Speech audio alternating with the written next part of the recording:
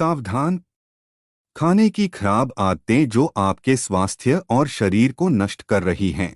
यहाँ हम भोजन, पाचन और समग्र कल्याण से संबंधित योग सिद्धांतों की गहरी समझ का पता लगाएंगे।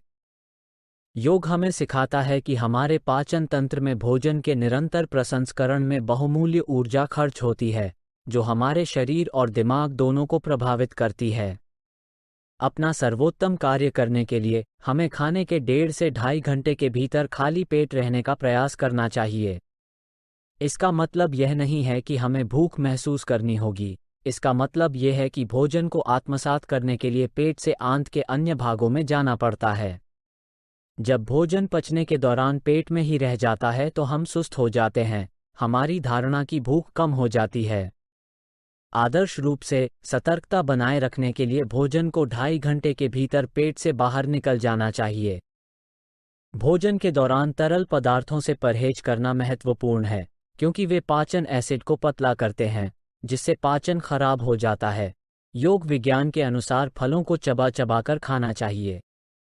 फलों में पानी की मात्रा अधिक होती है। इन सिद्धांतों को समझकर हम बेहतर स्वास्थ्य, उच्च ऊर्जा स्तर और बेहतर समग्र कल्याण की ओर बढ़ सकते हैं।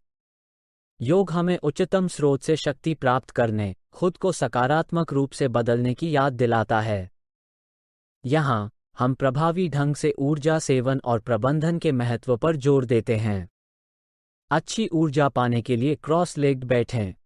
दिन में 2 बार भोजन करें और उनके बीच उचित अंतर रखें और कभी कभी उपवास करें। अध्ययनों से पता चला है कि यह विधि कैंसर के खतरे को कम कर सकती है। अधिक खाने से बचें और ध्यानपूर्वक खाएं। प्रत्येक कौर को 24 बार चबाएं।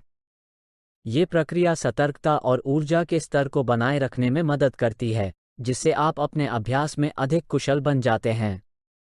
याद रखें, आपको तुरंत भूख संतुष्ट नहीं करनी है। पानी पीने से आपको ऊर्जावान और केंद्रित रहने में मदद मिल सकती है।